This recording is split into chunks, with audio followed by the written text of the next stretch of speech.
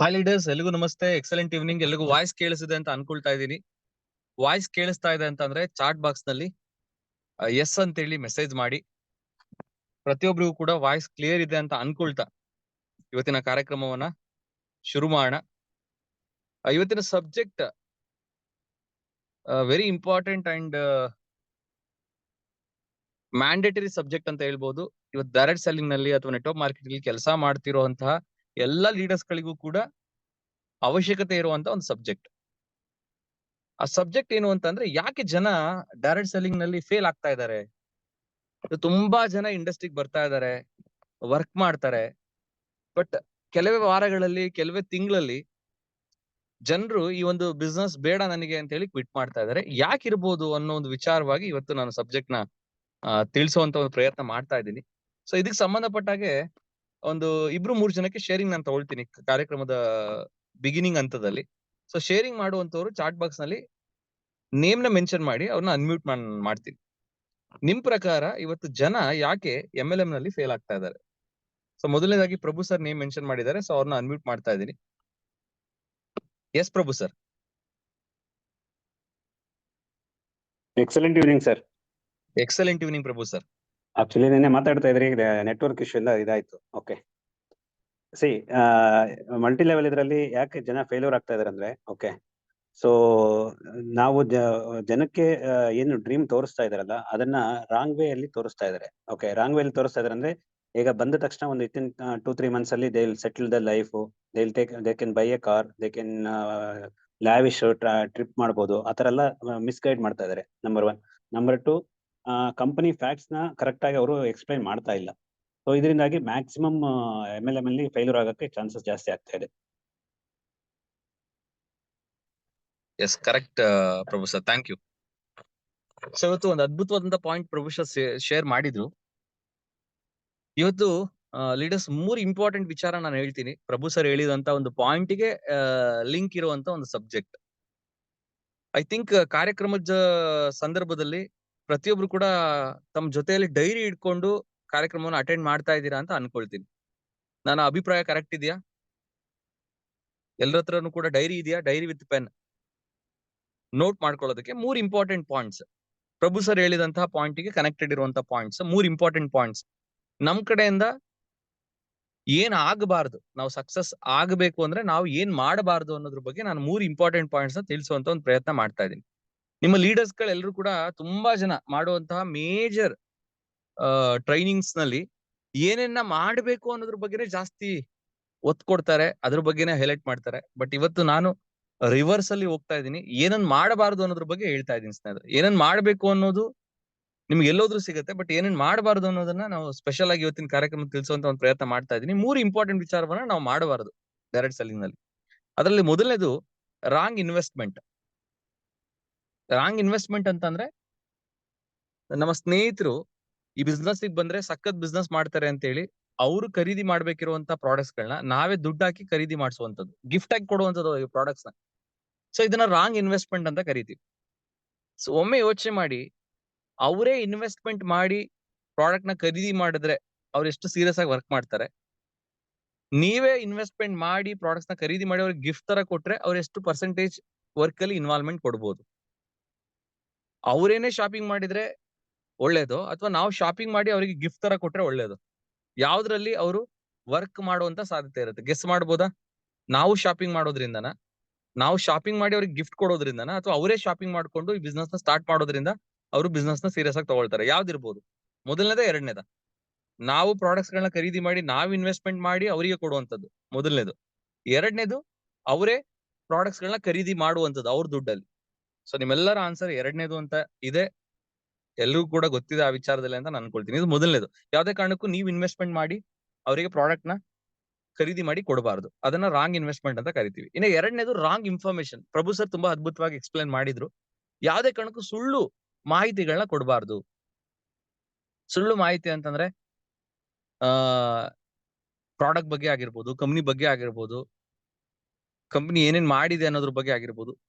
ಸುಳ್ಳು ಮಾಹಿತಿಗಳು ಬರೀ ಒಂದೇ ದಿನದಲ್ಲಿ ಆ ಸಮಸ್ಯೆಯಿಂದ ನೀವು ಹೊರಗಡೆ ಬರ್ತೀರಾ, ಈ ಸಮಸ್ಯೆಯಿಂದ ಹೊರಗಡೆ ಬರ್ತೀರಾ, ಒಂದೇ ದಿನದಲ್ಲಿ ನೀವು ಈ ಪ್ರಾಡಕ್ಟ್ ನ ತಗೊಂಡ್ಬಿಟ್ರೆ ಸಣ್ಣ ಇರೋರು ದಪ್ಪ ಆಗ್ತೀರಾ, ದಪ್ಪ ಇರೋರು ಸಣ್ಣ ಆಗ್ತೀರಾ. ಈ ತರ ಕಂಪನಿ ಏನ್ ಒಂದು ಸಿಸ್ಟಮ್ ಅಂತ ಮಾಡಿದೆ, ಏನೊಂದು ಇನ್ಫಾರ್ಮೇಶನ್ ಅಂತ ಕೊಡ್ಬೇಕು ಅಂತ ಹೇಳಿದೆ, ಅಷ್ಟನ್ನ ಬಿಟ್ಟು ಒಂದ್ ಚೌಕಟ್ಟು ಅಂತ ಮಾಡಿರುತ್ತೆ, ಆ ಚೌಕಟ್ಟು ಒಳಗಡೆನೆ ಕೆಲಸ ಮಾಡ್ಬೇಕು ಹೊರತು ಆ ಚೌಕಟ್ಟು ಬಿಟ್ಟು ಕೆಲಸ ಮಾಡಬಾರ್ದು. ಇನ್ನು ಮೂರನೇದು ರಾಂಗ್ ಕಮಿಟ್ಮೆಂಟ್. ಕಮಿಟ್ ಆಗೋದು ಯಾವ ತರ, ನೀವು ಒಂದೇ ವಾರದಲ್ಲಿ ನಾನು ಹೇಳಿದ ತರ ವರ್ಕ್ ಮಾಡಿದ್ರೆ ನಿಮಗೆ ಬೈಕ್ ಸಿಗತ್ತೆ, ಒಂದೇ ತಿಂಗಳಲ್ಲಿ ಕಾರ್ ಸಿಗತ್ತೆ, ಒಂದೇ ವರ್ಷದಲ್ಲಿ ನೀವು ಮನೆ ಕಟ್ಬಿಡ್ಬೋದು, ಹಾಗಾಗ್ಬೋದು ಹೀಗಾಗ್ಬೋದು ಅಂತ ರಾಂಗ್ ಕಮಿಟ್ಮೆಂಟ್ ಕೊಡೋದು, ಸುಳ್ಳು ಭರವಸೆಗಳು, ಆಶ್ವಾಸನೆಗಳು, ಆಸೆ ಆಮಿಷಗಳನ್ನ ಒಡ್ಡುವಂಥದ್ದು. ಈ 3 ವಿಚಾರಗಳಲ್ಲಿ ನೀವು ಹುಷಾರಾದ್ರೆ ನೀವು ಈ ಬಿಸ್ನೆಸ್ ಅಲ್ಲಿ ಫೇಲ್ಯೂರ್ ಆಗೋ ಸಾಧ್ಯತೆಗಳು ತುಂಬಾ ಕಡಿಮೆ ಇರುತ್ತೆ. ಇನ್ ಕೇಸ್ ನೀವು wrong investment, wrong information, wrong commitment ಕೊಟ್ರೆ 100% ನೆನ್ಪಿಟ್ಕೊಳ್ಳಿ, ಜನ ಬರ್ತಾರೆ, ನಿಮ್ಮ ಟೀಮ್ ನಲ್ಲಿ ಬರಲ್ಲ ಅಂತ ನಾನು ಹೇಳಲ್ಲ. ರಾಂಗ್ ಕಮಿಟ್ಮೆಂಟ್ ಕೊಡೋದ್ರಿಂದ, ರಾಂಗ್ ಇನ್ಫಾರ್ಮೇಶನ್ ಕೊಡೋದ್ರಿಂದ, ರಾಂಗ್ ಇನ್ವೆಸ್ಟ್ಮೆಂಟ್ ಮಾಡೋದ್ರಿಂದ ಜನ ಬರಲ್ಲ ಅಂತ ನಾನು ಹೇಳಲ್ಲ, ಬರ್ತಾರೆ. ಬಟ್ ನಿಮ್ ಟೀಮ್ ನಲ್ಲಿ ಆಕ್ಟಿವ್ ಆಗಿ ಉಳಿಯಲ್ಲ, ಆಕ್ಟಿವ್ ಆಗಿ ವರ್ಕ್ ಮಾಡಲ್ಲ. ಯಾಕೆ ಅಂತಂದ್ರೆ ನೀವು ಕೊಟ್ಟಿರೋ ಮಾಹಿತಿ ಸುಳ್ಳು ಅಂತ ಗೊತ್ತಾದ್ಮೇಲೆ, ನೀವು ಸುಳ್ಳು ಭರವಸೆಗಳನ್ನ ಕೊಟ್ಟಿದ್ದೀರಾ ಅಂತ ಗೊತ್ತಾದ್ಮೇಲೆ ಯಾರು ಕೂಡ ನಿಮ್ಮ ಮಾತನ್ನ ನಂಬೋದಕ್ಕೆ ರೆಡಿ ಇರಲ್ಲ. ನೀವು ಮೋಸ ಮಾಡಿದೀರಾ ಅಂತ ಹೇಳ್ಕೊಂಡೇನೆ ತಿರುಗ್ತಾರೆ ಹೊರತು ನಿಮ್ಮ ಜೊತೆ ಅವ್ರು ಯಾವ್ದೇ ಕಾರಣಕ್ಕೂ ಕೆಲಸದಲ್ಲಿ ಮುಂದುವರಿಸಲ್ಲ, ಅವರು ಬಿಸ್ನೆಸ್ ಪಾರ್ಟ್ನರ್ ಆಗಿ ಲೈಫ್ ಲಾಂಗ್ ಉಳಿಯಲ್ಲ. ಕ್ಲಿಯರ್? ಸೊ ಐ ಥಿಂಕ್ ಈ ಪಾಯಿಂಟ್ ಎಲ್ರಿಗೂ ಕೂಡ ಅರ್ಥ ಆಯ್ತು ಅಂತ ಅನ್ಕೊಳ್ತೀನಿ. Wrong investment, wrong information, wrong commitment, 3 point ನ ಮೆಸೇಜ್ ಮಾಡ್ಬೋದಾ? Wrong investment, wrong information, wrong commitment. So next voice sir name ನ ಮೆನ್ಷನ್ ಮಾಡಿದ್ದಾರೆ, ಅವ್ರನ್ನ ಅನ್ಮ್ಯೂಟ್ ಮಾಡ್ತಾ ಇದ್ದೀನಿ.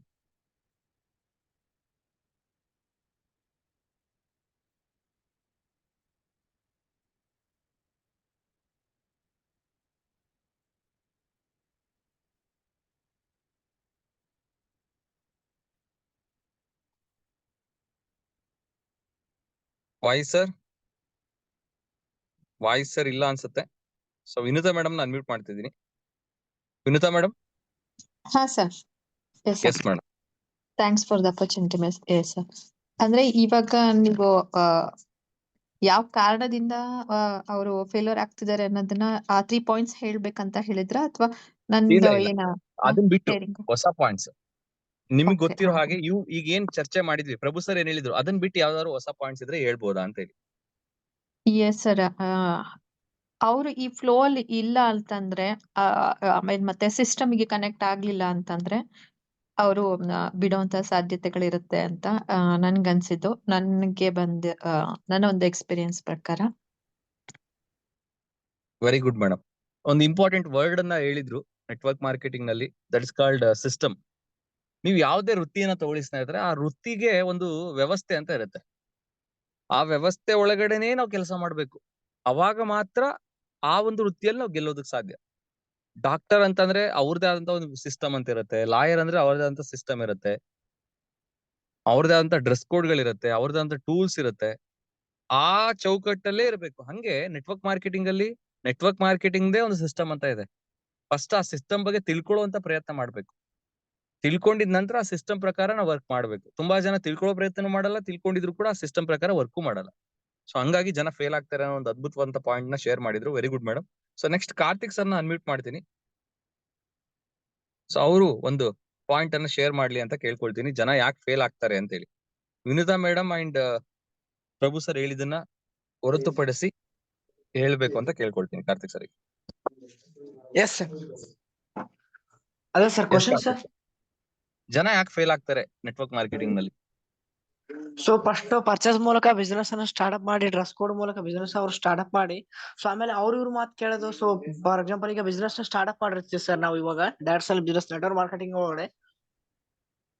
S sir. Hello sir, ಕೇಳಿಸ್ತಿದೇನಾ? ಕೇಳಿಸ್ತದೆ. Sir, so for example others wise ಅವ್ರ relations ಮಾತು ಕೇಳೋದಾಗ್ಲಿ, ಅವ್ರ ಮಾತು ಕೇಳೋದಾಗ್ಲಿ, ಬಿಸ್ನೆಸ್ ಸ್ಟಾರ್ಟ್ಅಪ್ ಮಾಡಿಂದ ಅವ್ರ ಬೇರೆ ಮಾತು ಕೇಳೋದಾಗ್ಲಿ ಮಾಡೋದ್ರಿಂದ ಸೊ ಫೇಲ್ ಆಗೋ ಚಾನ್ಸಸ್ ಇರುತ್ತೆ. ಮತ್ತೆ ಅವ್ರ ಫಾದರ್ ಮದರ್ ಇಂದ ಫೋರ್ಸಬಲ್ ಅವ್ರು ಕರೆಕ್ಟಾಗಿ ವರ್ಕ್ ಮಾಡಿಲ್ಲಪ್ಪ ಅಂದ್ರೆ, ಇನ್ಕಮ್ ಏನಾದ್ರು ಬರಲಿಲ್ಲಪ್ಪ ಅಂದ್ರೆ ಅವ್ರ ಮನೆಯವ್ರ ಕಡೆಯಿಂದ ಫೋರ್ಸಬ್ಲಿ ಬರ್ತಾಗ ಸ್ಟಾರ್ಟ್ ಆಗುತ್ತೆ. ಅವಾಗ ಅವರು ಡಿಪ್ರೆಸ್ಸಿಗೆ ಹೋಗ್ತಾರೆ, ಏನಪ್ಪಾ ಇದು ಮಾಡ್ತಿಲ್ಲ ಅಂತ. ಆಮೇಲೆ ಸೊ ಇಲ್ಲಿ ಕರ್ಸಿರ್ತಾರಲ್ಲಪ್ಪ, ಅವರು ಬಂದಿರ್ತಕ್ಕಂಥ ಪಾರ್ಟ್ನರ್ಗೆ ಅವ್ರು ಕರೆಕ್ಟಾಗಿ ನಾವೆಲ್ಲ ಚೆನ್ನಾಗಿ ತಿಳಿಸ್ಕೊಟ್ಟಿದ್ವಿ, ಬಟ್ ಅವ್ರು ಚೆನ್ನಾಗಿ ತಿಳ್ಕೊಂಡಿಲ್ಲಪ್ಪ ಅಂದ್ರೆ ಅಲ್ಲಿ ಫೇಲ್ ಆಗೋ ಸಿಚುವೇಶನ್ ಇರುತ್ತೆ. ಮತ್ತೆ ಬೇರೆಯವ್ರ ಕಡೆಯಿಂದ ಮಾತು ಕೇಳೋದ್ರಿಂದ ಮಾಡೋದ್ರಿಂದ ಮತ್ತೆ ಎಸ್ ಕಾರ್ತಿಕ್ ಸರ್, ಮ್ಯೂಟ್ ಆಯ್ತು. ಮತ್ತೆ ಒಂದು ಅದ್ಭುತವಾದ ಪಾಯಿಂಟ್ ಅಂತೂ ನೀವು ಶೇರ್ ಮಾಡಿದ್ರಿ. ಅದರಲ್ಲಿ ನನಗೆ ತುಂಬಾ ಇಂಪಾರ್ಟೆಂಟ್ ಪಾಯಿಂಟ್ ಅಂತ ಅನ್ಸಿದ್ದು, ನೋಟ್ ಮಾಡ್ಕೊಳ್ಳಿ. ಈ ಸಮಾಜ ಏನಿದೆ ಆ ಸಮಾಜದಲ್ಲಿರುವಂತ ಜನರ ಮಾತುಗಳನ್ನ ಕೇಳಿಯೂ ಕೂಡ ಜನ ಫೇಲ್ ಆಗ್ತಾರೆ. ಉದಾಹರಣೆಗೆ ನಿನ್ ಕೈಲಿ ಇದನ್ನ ಮಾಡಕ್ ಆಗಲ್ಲ, ಇದು ಸರಿ ಇಲ್ಲ, ಈ ಸಿಸ್ಟಮ್ ಹಾಗಿದೆ, ಈ ವ್ಯವಸ್ಥೆ ಸರಿ ಇಲ್ಲ, ಹೀಗೆ ಹಲವಾರು ರೀತಿಯಲ್ಲಿ ನೆಗೆಟಿವ್ಸ್ ಗಳು ಬರ್ತಿರತ್ತೆ. ಫ್ಯಾಕ್ಟೇ ಬೇರೆ, ನೆಗೆಟಿವ್ಸೇ ಬೇರೆ. ಎಲ್ಲಾ ನೆಗೆಟಿವ್ಸ್ ಗಳು ಫ್ಯಾಕ್ಟ್ ಆಗಕ್ ಸಾಧ್ಯತೆ ಇಲ್ಲ. ಹಂಗೆ ಇವತ್ತು ನೆಟ್ವರ್ಕ್ ಮಾರ್ಕೆಟಿಂಗ್ ಬಗ್ಗೆ ಜನ ಏನೇ ಹೇಳಿದ್ರು ಕೂಡ ಫ್ಯಾಕ್ಟ್ಸ್ ಗಳನ್ನ ತಿಳ್ಕೊಂಡು ಕೆಲಸ ಮಾಡೋದು ತುಂಬಾನೇ ಇಂಪಾರ್ಟೆಂಟ್. ಅದನ್ನ ತಿಳ್ಕೊಂಡು ನಾವು ವರ್ಕ್ ಮಾಡಿದಾಗ 100% ನಾವು ಸಕ್ಸಸ್ ಆಗೋದು ಗ್ಯಾರಂಟಿ ಇರುತ್ತೆ. ಯಾವ್ದೇ ಕಾರಣಕ್ಕೂ ನಾವು ಹೊರಗಡೆ ಜನರದ್ದು ಮಾತು ನಾವು ಕೇಳಬಾರ್ದು. ಅದಕ್ಕೆ ನಾನು ಯಾವಾಗ್ಲೂ ಹೇಳ್ತಿರ್ತೀನಿ, ಈ ವ್ಯವಸ್ಥೆ ಬಗ್ಗೆ ಯಾರ್ಯಾರು ಏನೇನ್ ಮಾತಾಡಿದ್ದಾರೆ ಅನ್ನೋದನ್ನ ತಿಳ್ಕೊಳ್ಳುವಂತ ಪ್ರಯತ್ನ ಮಾಡಿ.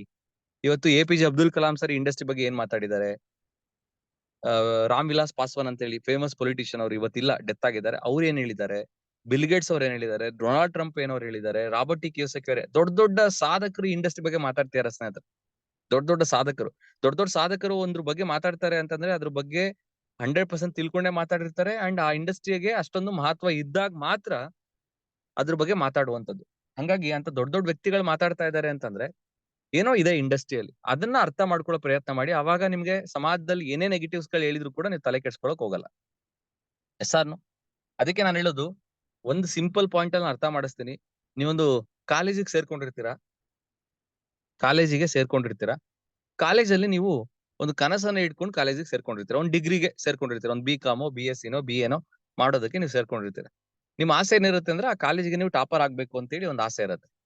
ಕಾಲೇಜಿಗೆ ಏನಾಗ್ಬೇಕು, ನೀವು ಟಾಪರ್ ಆಗ್ಬೇಕು ಅಂತ ಅನ್ಕೊಂಡಿರ್ತೀರ.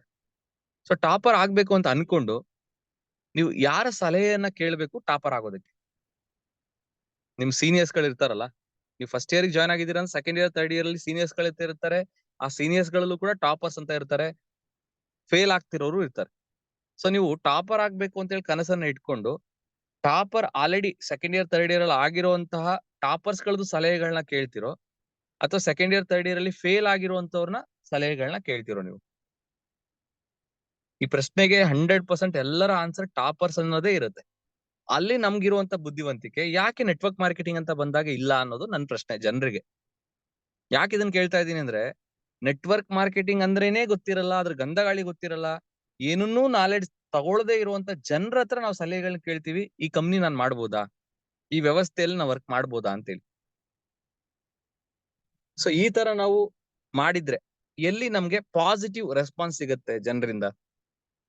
ಇಂಡಸ್ಟ್ರಿಯಲ್ಲಿ ಆಲ್ರೆಡಿ ಸಾಧನೆ ಮಾಡಿರುವಂತವ್ರು, ಇಂಡಸ್ಟ್ರಿ ಬಗ್ಗೆ ಆಲ್ರೆಡಿ ತಿಳ್ಕೊಂಡಿರುವಂತವ್ರು, ಇಂಡಸ್ಟ್ರಿ ಬಗ್ಗೆ ಆಲ್ರೆಡಿ ಆಳವಾಗಿ ತಿಳಿದು ಒಂದು ಒಳ್ಳೆ ಸಾಧನೆ ಮಾಡಿರೋರನ್ನ ಕೇಳಿ ಇದ್ರಲ್ಲಿ ಹೆಂಗ್ ಸಕ್ಸಸ್ ಆಗ್ಬೇಕು ಅಂತ ಹೇಳಿ ಅವರು ನಿಮ್ಗೆ ಸಲಹೆಗಳನ್ನ ಕೊಡ್ತಾರೆ. ಇಂಡಸ್ಟ್ರಿ ಬಗ್ಗೆ ಸ್ವಲ್ಪ ಮಾಹಿತಿ ಕೊಡಿ ಅಂದ್ರೆ ಅವ್ರು ನಿಮಗೆ ಕರೆಕ್ಟ್ ಕ್ಲಾರಿಟಿ ಕೊಡ್ತಾರೆ. ಅದನ್ನ ಬಿಟ್ಟು ಇಂಡಸ್ಟ್ರಿ ಬಗ್ಗೆನೇ ಕ್ಲಾರಿಟಿ ಇಲ್ದೇ ಇರೋ ಹತ್ರ ಇಂಡಸ್ಟ್ರಿಯಲ್ಲಿ ನಾವು ಕೆಲಸ ಮಾಡ್ಬೋದಾ ಅಂತ ಕೇಳಿದ್ರೆ ಅವರಿಂದ ನೀವು ಪಾಸಿಟಿವ್ ನ ಹೆಂಗ್ ಎಕ್ಸ್ಪೆಕ್ಟ್ ಮಾಡೋದಕ್ಕೆ ಸಾಧ್ಯ? ಆಲ್ರೆಡಿ ಇದ್ರಲ್ಲಿ ಕೆಟ್ಟ ಅನುಭವಗಳನ್ನ ಮಾಡಿರೋರು, ಫೇಲ್ ಆಗಿರೋಂತವ್ರನ್ನ ನೀವು ಸಲಹೆಗಳನ್ನ ಕೇಳಿದ್ರೆ ಅವ್ರೆಲ್ಲಿ ನಿಮಗೆ ಪಾಸಿಟಿವ್ ಆಗಿ ಒಪಿನಿಯನ್ ಕೊಡೋದಕ್ಕೆ ಸಾಧ್ಯ, ಇಂಡಸ್ಟ್ರಿ ಗೆಲ್ಬಹುದು ಬೆಳಿಬಹುದು ಅಂತೇಳಿ. ಸೊ ಈ ಒಂದು ಎಕ್ಸಾಂಪಲ್ ಅಲ್ಲಿ ನಾನು ನಿಮಗೆ ಕ್ಲಾರಿಟಿ ಕೊಟ್ಟೆ ಅಂತ ಅನ್ಕೊಳ್ತೀನಿ. ಎಸ್ಆರ್ನು? So doctor Vinay, thank you sir. Don't compare to other business, ಇದೇ ಒಂದು separate unique and special business ಅಂತ ಹೇಳಿ ಹೇಳಿದ್ರು. ಸೊ ಈಗ ಸಬ್ಜೆಕ್ಟಿಗೆ ಬರೋಣ. ಯಾಕೆ ಜನ ಫೇಲ್ ಆಗ್ತಾರೆ ಅನ್ನೋ ಒಂದು ಇಂಪಾರ್ಟೆಂಟ್ ಸಬ್ಜೆಕ್ಟ್ ನ ನಾವು ತಿಳ್ಕೊಳ್ಳುವಂತ ಪ್ರಯತ್ನ ಮಾಡೋಣ. ಮಾಡೋದಕ್ಕಿಂತ ಮುಂಚೆ ಎಲ್ರು ರೆಡಿ ಇದ್ದೀರಾ ಅನ್ನೋದನ್ನೊಮ್ಮೆ ಚೆಕ್ ಮಾಡ್ಕೊಳ್ತೀನಿ. ಒಂದ್ಸಲ ಎಲ್ಲರನ್ನು ಕೂಡ ಅನ್ಮ್ಯೂಟ್ ಮಾಡಿದೀನಿ. ರೆಡಿ ಇದ್ದೀರಾ ಅಂತಂದ್ರೆ ಸಬ್ಜೆಕ್ಟ್ ತಿಳ್ಕೊಳ್ಳೋದಕ್ಕೆ ಎಲ್ರು ಒಂದ್ಸಲ ಜೋಶಲ್ಲಿ ರೆಡಿ ಇದೀವಿ ಅಂತ ಹೇಳ್ಬೇಕು. Ready ಇದೀವಿ sir. Yes, sir. We are ready, sir. I'm ready, sir.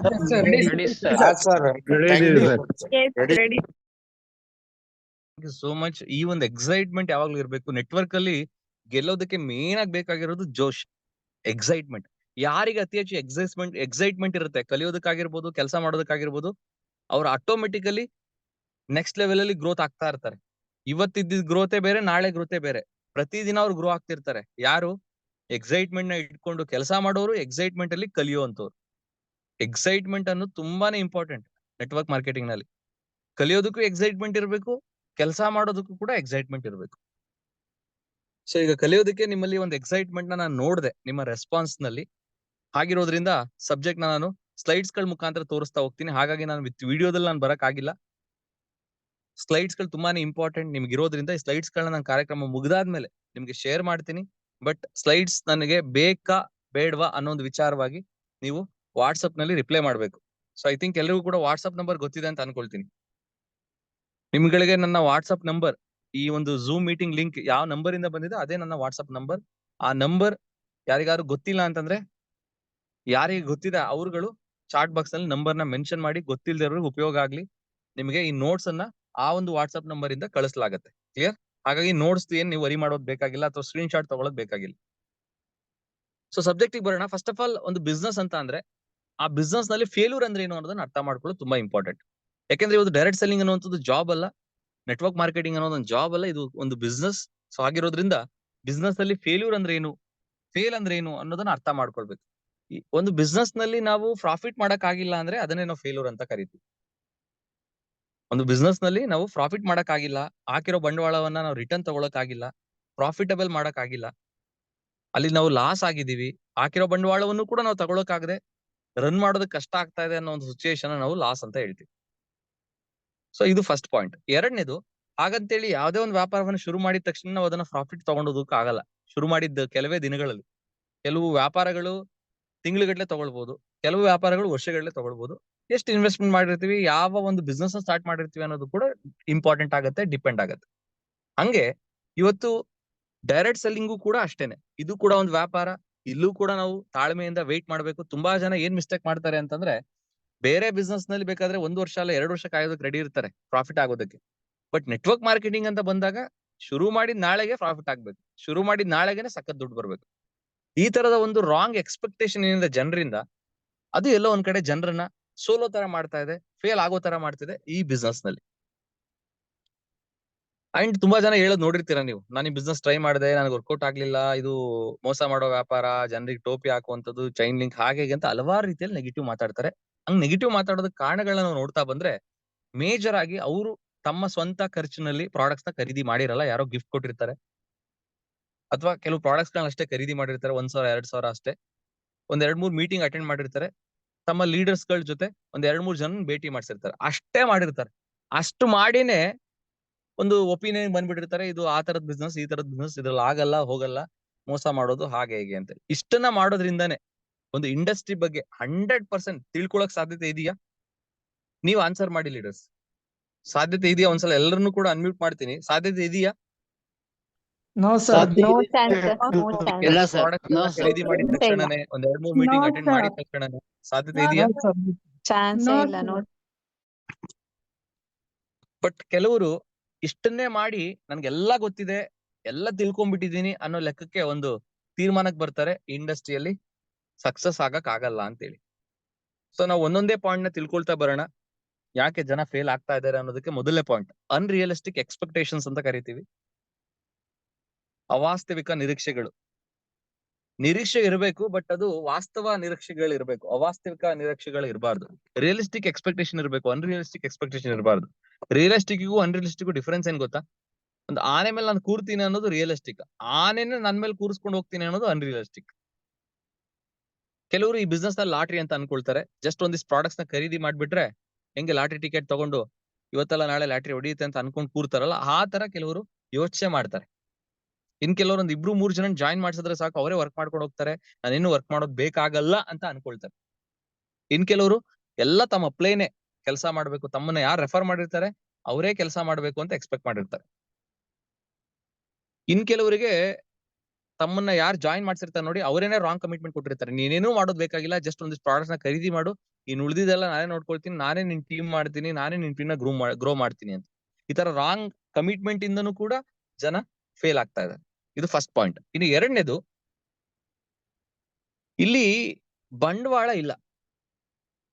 ಬಂಡವಾಳ ಇಲ್ಲ, ಇದು ಎಷ್ಟು ಪಾಸಿಟಿವ್ ಪಾಯಿಂಟ್ ನೆಟ್ವರ್ಕ್ ಮಾರ್ಕೆಟಿಂಗ್ ಅಲ್ಲಿ, ಅಷ್ಟೇ ನೆಗೆಟಿವ್ ಪಾಯಿಂಟ್ ಕೂಡ ಆಗಿದೆ. ಅಮೃತ ಅನ್ನುವಂಥದ್ದು ಮೀಡಿಯಂ ಅಲ್ಲಿ ಇದ್ರೆ ಓಕೆ, ಅತಿಯಾದ್ರೂ ಅಮೃತನು ವಿಷ ಅಂತ ಹೇಳ್ತಾರೆ. ಅತಿಯಾದ್ರೂನು ಅಮೃತ ವಿಷ ಆಗತ್ತೆ, ಅಮೃತ ಮೀಡಿಯಂ ಅಲ್ಲೇ ಇರ್ಬೇಕು. ಹಂಗೆ ವಿಪರೀತ ಬೆನಿಫಿಟ್ ನೆಟ್ವರ್ಕ್ ಮಾರ್ಕೆಟಿಂಗ್ ನಲ್ಲಿ, ಸಖತ್ ಬೆನಿಫಿಟ್ ಗಳು ಇರೋದೇ ಎಲ್ಲೋ ಒಂದ್ ಕಡೆ ಇಂಡಸ್ಟ್ರಿಗೆ ನೆಗೆಟಿವ್ ಆಗಿದೆ, ಅಮೃತ ಜಾಸ್ತಿ ಆಗ್ಬಿಟ್ಟಿದೆ. ಯಾಕೆಂದ್ರೆ ನೀವು ಯಾವ್ದೇ ವ್ಯಾಪಾರ ನೋಡಿ, 5 ಲಕ್ಷ 10 ಲಕ್ಷ 15 ಲಕ್ಷ ಬಂಡವಾಳ ಇಲ್ಲದೆ ಆ ವ್ಯಾಪಾರ ಶುರು ಮಾಡೋದಕ್ಕೆ ಆಗಲ್ಲ, ಯೋಚನೆ ಮಾಡಕ್ ಆಗಲ್ಲ ನೀವು, ನಾನು ಶುರು ಮಾಡ್ತೀನಿ ಅಂತ. ಬಟ್ ಇಲ್ಲಿ 1,000 5,000 10,000 ಪ್ರಾಡಕ್ಟ್ಸ್ ಗಳನ್ನ ಖರೀದಿ ಮಾಡ್ಬಿಟ್ರೆ ನೀವು ವರ್ಕ್ ಸ್ಟಾರ್ಟ್ ಮಾಡ್ಬಿಡ್ತೀರಾ. ಸೊ ಯಾವಾಗ ಬಂಡವಾಳ ಕಡಿಮೆ ಇದೆ ನೋಡಿ, ಒಂದ್ 5,000 10,000ದಿಂದ ನೀವು ಒಂದು ಬಿಸ್ನೆಸ್ ಸ್ಟಾರ್ಟ್ ಮಾಡ್ಬೋದು ಅಂತ ಅಂದಾಗ ಅಲ್ಲಿ ಸೀರಿಯಸ್ನೆಸ್ ಇರಲ್ಲ.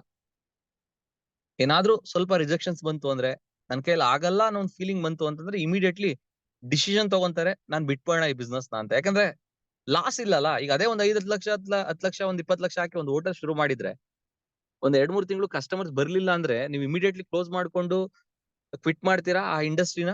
ಯಾವ್ದೇ ಕಾರಣಕ್ಕೂ ಮಾಡಲ್ಲ. ಯಾಕಂದ್ರೆ ಅಲ್ಲಿ 10 ಲಕ್ಷ ಬಂಡವಾಳ ಇರುತ್ತೆ. ಎಲ್ಲೋ ಸಾಲ ಸೋಲ ಮಾಡಿ ನೀವು ಶುರು ಮಾಡಿರ್ತೀರಾ, ಹೌದಾ ಇಲ್ಲ? ಸೊ ಎಲ್ಲಿ ಭಯ ಇರತ್ತೆ ಅಲ್ಲಿ ಅಷ್ಟು ಸುಲಭವಾಗಿ ನೀವು ಕ್ವಿಟ್ ಮಾಡಲ್ಲ. ಇಲ್ಲಿ ಭಯ ಇಲ್ಲ, ಸೀರಿಯಸ್ನೆಸ್ ಇಲ್ಲ, ಅದು ಒಂದ್ ಕಾರಣ ಆಗಿದೆ. ಇನ್ನು ಮೂರನೇದು, ಬಂಡವಾಳ ಇಲ್ಲದೆ ಇರೋದ್ರಿಂದ, ಈಗ ಉದಾಹರಣೆ ಒಂದು ಹೋಟೆಲ್ ಶುರು ಮಾಡಿರ್ತೀರಾ, ಒಂದ್ 10 ಲಕ್ಷ ಬಂಡವಾಳ ಹಾಕಿ ಚೇರ್ಸ್ ಎಲ್ಲ ತಂದಿರ್ತೀರಾ, ಏನೇನೋ ಖರ್ಚುಗಳು ಮಾಡಿ, ಒಲೆ ಅದು ಇದು ಅಂತೆಲ್ಲ ಇನ್ವೆಸ್ಟ್ಮೆಂಟ್ ಮಾಡಿರ್ತೀರಾ. ಈಗ ಒಂದ್ 3-4 ತಿಂಗಳು ಕಸ್ಟಮರ್ಸ್ ಬಂದಿಲ್ಲ ಅಂತ ಹೇಳಿ ನೀವು ಕ್ಲೋಸ್ ಮಾಡಿದ್ರು ಕೂಡ 5 ಲಕ್ಷ ಬಂಡವಾಳ ವಾಪಸ್ ಬರಲ್ಲ. ಯಾಕೆ ಹೇಳಿ? ಅಷ್ಟು ಸುಲಭ ಇಲ್ಲ ಆ ಬಿಸ್ನೆಸ್ ನ ಕ್ವಿಟ್ ಮಾಡೋದಕ್ಕೆ, ಲಾಸ್ ಇರುತ್ತೆ. ಹಂಗೆ ಕ್ವಿಟ್ ಮಾಡುವಾಗ ಲಾಸ್ ಇದೆ ಅಂತ ಅಂದಾಗ ಸುಲಭವಾಗಿ ಒಂದು ಕ್ವಿಟ್ ಮಾಡಲ್ಲ, ಇನ್ನೊಂದ್ 3 ತಿಂಗಳು ನೋಡೋಣ ಅಂತ ನೋಡ್ತಾನೆ. ಬಟ್ ಇಲ್ಲಿ ನಿಮ್ಗೆ ಕ್ವಿಟ್ ಮಾಡುವಾಗ ಏನು ಲಾಸೇ ಇಲ್ಲ ಅಲ್ಲ, ಏನು ಕಳ್ಕೊಳ್ಳೋದೇನಿಲ್ಲ, ಕೊಟ್ಟಿರೋ ದುಡ್ಡಿಗೆ ಪ್ರಾಡಕ್ಟ್ ಸಿಕ್ಕಿದೆ ಅನ್ನೋ ಒಂದು ಕಾರಣಕ್ಕೆ ಕ್ವಿಟ್ ಮಾಡುವಂತಹ ಸಾಧ್ಯತೆನೂ ಕೂಡ ಇರುತ್ತೆ.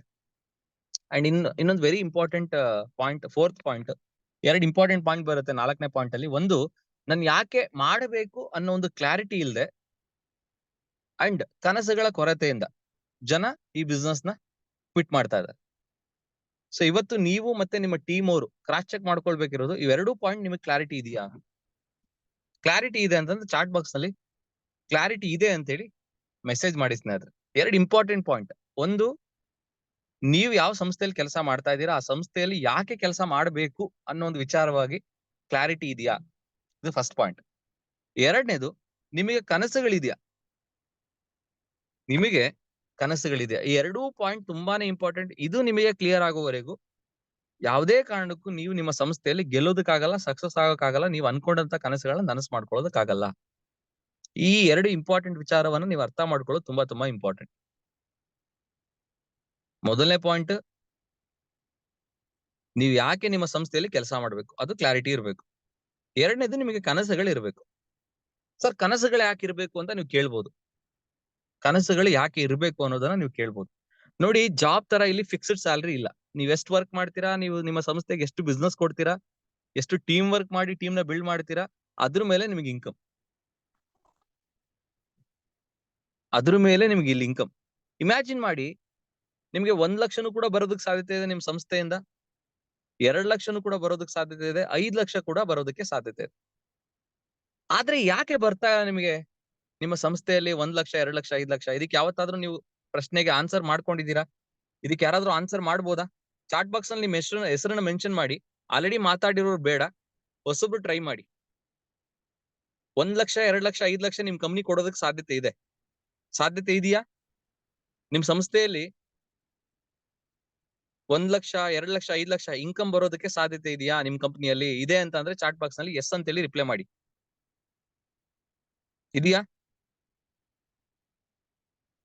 1 ಲಕ್ಷ, 2 ಲಕ್ಷ, 5 ಲಕ್ಷ ಸಾಧ್ಯತೆ ಇದೆ ಅಂತಂದ್ರೆ ಎಸ್ ಅಂತ ಹೇಳಿ ರಿಪ್ಲೈ ಮಾಡ್ತಾ ಇದ್ದೀರಾ ನೀವೆಲ್ಲರೂ ಕೂಡ. ಸಾಧ್ಯತೆ ಇದೆ ಅಂತ ಅಂದ್ರೂ ಕೂಡ ನಾವ್ ಯಾಕೆ 1 ಲಕ್ಷ, 2 ಲಕ್ಷ, 5 ಲಕ್ಷ ತಿಂಗಳಿಗೆ ತಗೊಳ್ತಾ ಇಲ್ಲ? ನೇಮ್ ನ ಮೆನ್ಷನ್ ಮಾಡಿ, ನಿಮ್ನ ಅನ್ಮ್ಯೂಟ್ ಮಾಡ್ತೀನಿ. ಯಾಕೆ ಸಾಧ್ಯತೆ ಆಗ್ತಾ ಇಲ್ಲ? 1 ಲಕ್ಷ ಬರೋಕ್ ಸಾಧ್ಯತೆ ಇದೆ, ಕಂಪ್ನಿ ಕೊಡಕ್ ಸಾಧ್ಯತೆ ಇದೆ, ಆದ್ರೂ ಕೂಡ ನಾವು ಯಾಕೆ ತಗೊಳಕ್ ಆಗ್ತಾ ಇಲ್ಲ? ಇದಕ್ಕೆ ಯಾರು ಆನ್ಸರ್ ಮಾಡ್ತೀರಾ? So Ramesh sir name mention ಮಾಡಿದ್ದಾರೆ, ಸೊ ಅವ್ರನ್ನ ಅನ್ಮ್ಯೂಟ್ ಮಾಡ್ತಾ ಇದ್ದೀನಿ.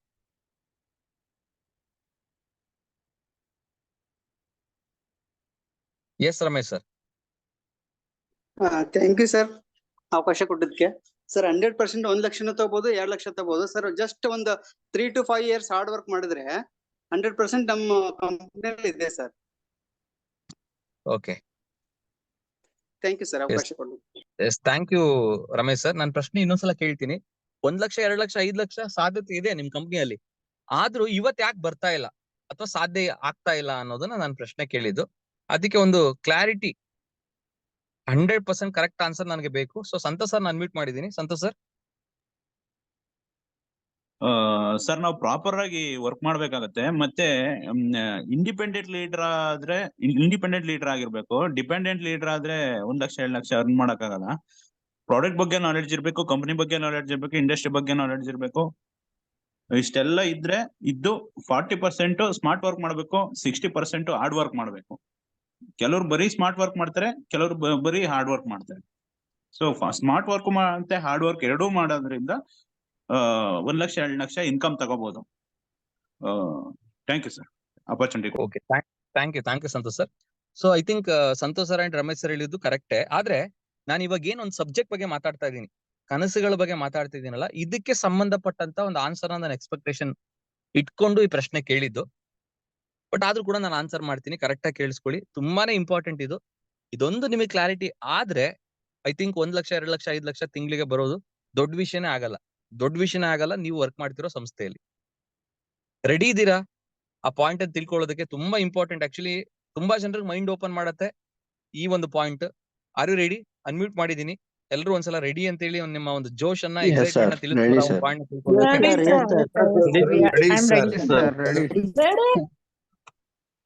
Thank you. ಸ್ನೇಹಿತರೆ ನೋಡಿ, ಈಗ ನಿಮ್ ಸಂಸ್ಥೆ ಏನಾದ್ರು ನಿಮಗೆ 1 ಲಕ್ಷ ಕೊಟ್ರೆ, ಈಗ 1 ಲಕ್ಷ ಕೊಡುತ್ತೆ ಅಂತ ಅನ್ಕೊಳ್ಳಿ. ಈ ಮಂತ್ ನಿಮಗೆ 1 ಲಕ್ಷ ಇನ್ಕಮ್ ಕೊಡ್ತು, ಅಥವಾ 2 ಲಕ್ಷ ಕೊಡ್ತು, ಅಥವಾ 5 ಲಕ್ಷ ಕೊಡ್ತು.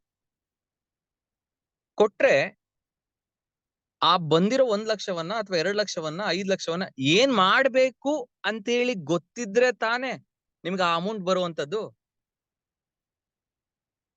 ಈಗ ನಿಮ್ಗೆ 10,000 20,000 30,000 ನೀವು ತಗೊಂಡಿದ್ದೀರಾ ತಿಂಗಳಿಗೆ ಅಂತಂದ್ರೆ, ಆ 5,000 10,000 20,000 30,000 ಏನ್ ಮಾಡ್ಬೇಕು ಅಂತ ನಿಮ್ಗೆ ಗೊತ್ತಿದೆ.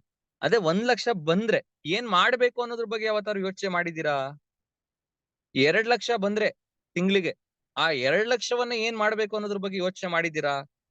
ನಾಳೆ ದಿನ 5 ಲಕ್ಷ ಬಂದ್ರೆ ತಿಂಗಳಿಗೆ ಆ 5 ಲಕ್ಷವನ್ನ ಏನ್ ಮಾಡ್ಬೇಕು ಅನ್ನೋದ್ರ ಬಗ್ಗೆ ಯೋಚನೆ ಮಾಡಿದೀರಾ? ಪ್ಲಾನಿಂಗ್ ಮಾಡಿದೀರಾ?